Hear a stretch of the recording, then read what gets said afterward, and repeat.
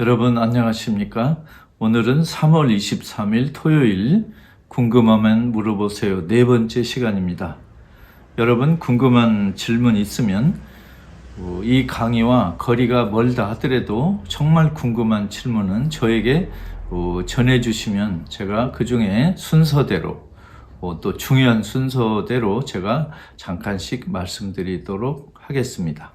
첫 번째 질문입니다. 그 교황, 주교, 신부, 목사 같이 우리 지금 교회 성당에서 일하는 분들이 성경에 그 단어가 있는가? 예를 들어 성경에 목사가 안수를 준다, 설교한다, 치리를 한다 이런 게 없다면, 만일 성경에 이런 게 전혀 없다면 목사 신부가 이렇게 안수를 하고 설교하고 이런 것 자체가 다 종교 사기이냐, 조작에 해당되는 거 아니냐. 그러면 개신교, 가톨릭이나 기타 기독교 여러 그 단체를 하나님이 세운 교회로 볼 수 없지 않느냐, 이런 그 도발적인 질문이 들어왔습니다. 질문 중에는 궁금해서 알고 싶어하는 질문도 있고, 본인의 주장을 펼치기 위해서 질문 형식을 빌려서 이렇게 하는 분도 있습니다. 하여튼 질문자가 서툴게 또는 이렇게 도발적으로 질문해도 제가 그 내용을 충실히 이해해서 설명을 한번 해보도록 하겠습니다. 그러나 질문하시는 분들도 예의를 갖추고 정식 질문이 될 수 있도록 많이 따듬어 주셨으면 감사하겠습니다. 그리고 질문하면서 이런 거 답을 안 해도 좋다 이런 식으로 말하는 분도 없지 않은데, 이건 아주 무례한 태도입니다. 질문을 하시기 전에 질문의 내용도 잘 말씀해야 되지만 질문하는 태도와 예의도 갖추면 더 아름답겠습니다.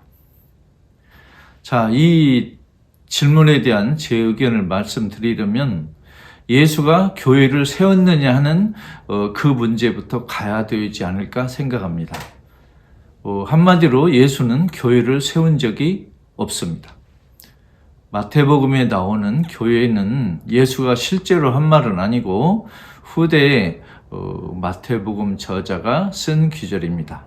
예수는 교회란 단어를 사용한 일이 없는 분입니다. 그것은 예수가 아니고 예수운동에서 나중에 당시 그리스의 주민센터, 마을회관 같이 쓰이는 그리스어 단어를 빌려다가 예수운동 공동체를 그렇게 일컬어 붙인 호칭입니다. 그러니까 예수는 교회를 세우지 않았고, 그러나 예수의 행동과 말씀을 잘 따르기 위해서 모인 사람들이 우리의 공동체를 이런 호칭으로 부르도록 하자 하고 그렇게 한 것입니다. 그러니까 두 가지를 알아야 되겠죠. 하나는 역사 예수, 실제 이스라엘 나자렛에 살고 예루살렘에서 십자가에 못 박혀 죽고 돌아가신 그 예수는 교회를 세운 적이 없다는 뜻입니다.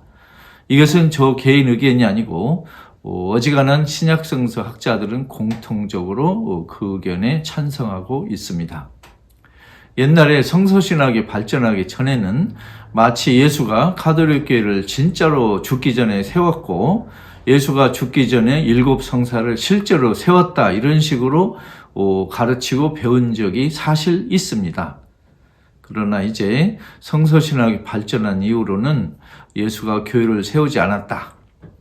그러나 교회는 예수의 뜻과 말씀과 행동을 따르기 위해서 교회 나름대로 예수가 세우지 않았지만 나름대로 공동체를 만들었고, 나름대로 공동체의 규칙과 가르침을 정하기 시작했다, 이렇게 설명하는 것이 학문적으로 옳겠습니다.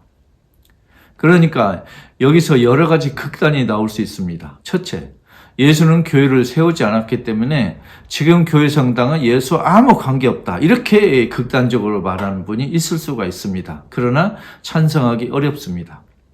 첫째, 예수는 교회를 세우지 않았다. 그러나 둘째, 예수의 행동과 말씀을 따르기 위해서 모인 그 추종자 사람들이 교회라는 나름대로 그 제도와 구조를 만들었고, 그거에서 예수의 뜻을 실천하기 위해서 애를 쓰는 모임이 역사적으로 생겼다. 이렇게 말하는 게 좋겠습니다. 그러면 예수가 교회를 세운 적이 없다는 말에서 우리 지금 교회 성당 다니는 사람들이 느끼고 배워야 될 게 무엇일까요? 우리 교회 성당에서 하는 일, 또 우리가 생각하는 게 곧바로 예수가 해왔다 하고 과장해서는 안 된다는 뜻입니다. 그래서 우리가 좀 자제하고 겸손하고 함부로 말해서는 안 된다는 뜻입니다. 즉, 우리 교회 성당이 하는 모든 일이 과연 하나님이 예수가 원하는 일인가 하고 우리가 자신 있게 말할 수는 곤란하다는 뜻입니다. 예를 들면 우리가 성당이나 교회 건물을 지을 때 이걸 하나님이 원하셨다. 또 우리 교회 성당이 지금 하는 어떤 행사나 그 모임이나 이런 것들이 과연 예수의 뜻에 맞을까? 그건 우리가 자신 있게 말하기 어렵다는 뜻입니다. 그래서 우리가 좀 더 겸손해져야 한다는 뜻이겠습니다. 자, 두 번째 질문입니다. 우리 시대에 예수가 다시 오신다면 지금의 목사 신부가 교회 성당에서 권력을 장악한 걸 어떻게 생각할까? 그리고 옛날 예수 시대 말고 지금 유다교에서 랍비 아닌 사람도 설교할 수 있느냐, 이런 여러 가지 질문이 들어왔습니다. 즉 마치 제가 김근수 개인이 목사 신부 없는, 또 유다교 랍비 없는 평범한 성도들로만 이루어진 공동체를 주장하는 것처럼 오해하실 수도 있겠습니다. 그런 뜻이 아닙니다. 현재 목사 신부가 생기고 그 제도가 있는 건 예수의 뜻과 관계없지만 예수의 뜻을 실천하기 위해서 우리끼리 만든 그런 직분이고 그런 자리입니다. 그분들이 과연 제대로 하고 있는가는 그런 건 다른 문제겠죠.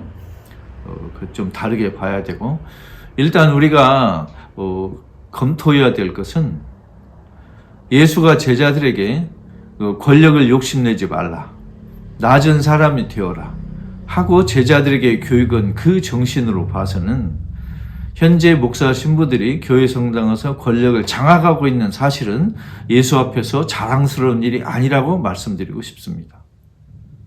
우리가 무언가 잘못하고 있는 것 중에 하나다, 이렇게 말씀드리고 싶습니다. 물론 목사 신부 없는 무교회주의도 있습니다. 그건 여러분이 원하시는 대로, 또 우리가 여러 가지 중에 선택할 수 있는 여러 가지 제도 중에 하나가 되겠습니다. 만일 지금 예수님이 다시 오셨는데 예수에게 당신 교회 갈래, 성당 갈래, 또 목사 신부가 없는 데 갈래 하면 예수님도 난감할 것입니다. 왜? 당신은 교회를 세운 일이 없으니까.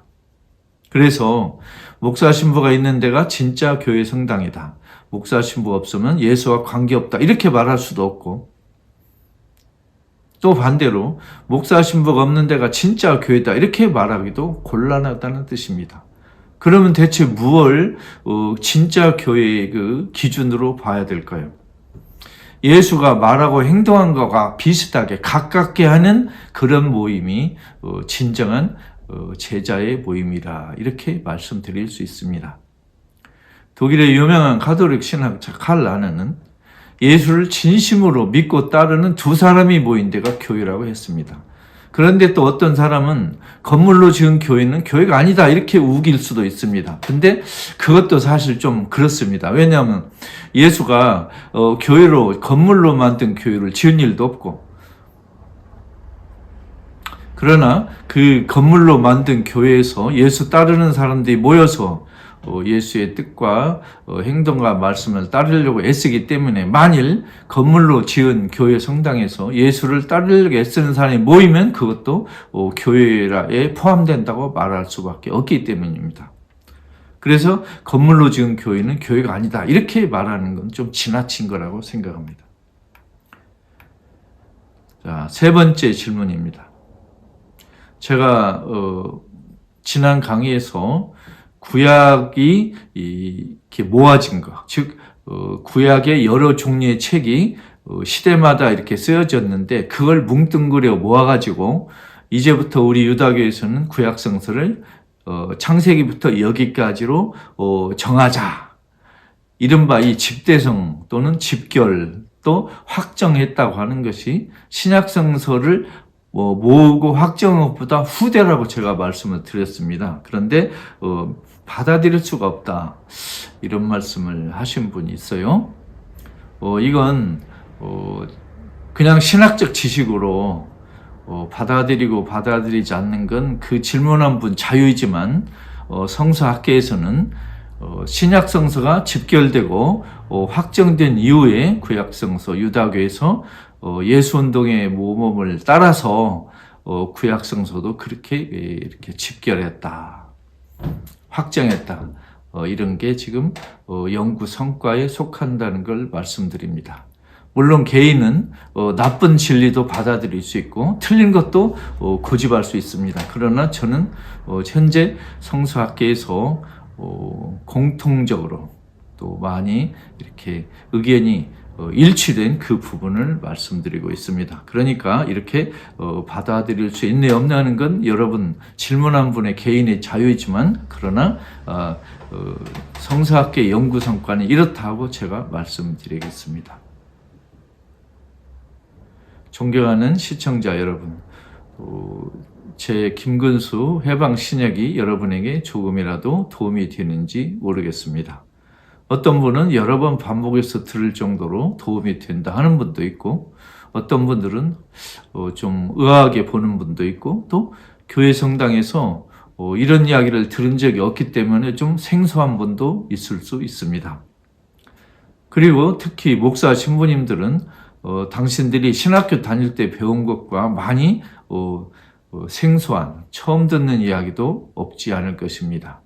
제가 이 방송에서 하는 이야기는 현재 독일의 가톨릭 개신교 신학과에서 많은 성서학자들이 강의하는 내용을 제가 이렇게 모아가지고 전달하고 있다는 걸 말씀드립니다. 듣는 분이 그걸 받아들이냐 거절하느냐 하는 건 본인의 자유이지만, 진리를 받아들이느냐 또 거짓을 채택하느냐는 건 개인의 자유에 속해 있고, 그거에 따르는 책임은 또 각자에게 포함된다고 말씀드리겠습니다.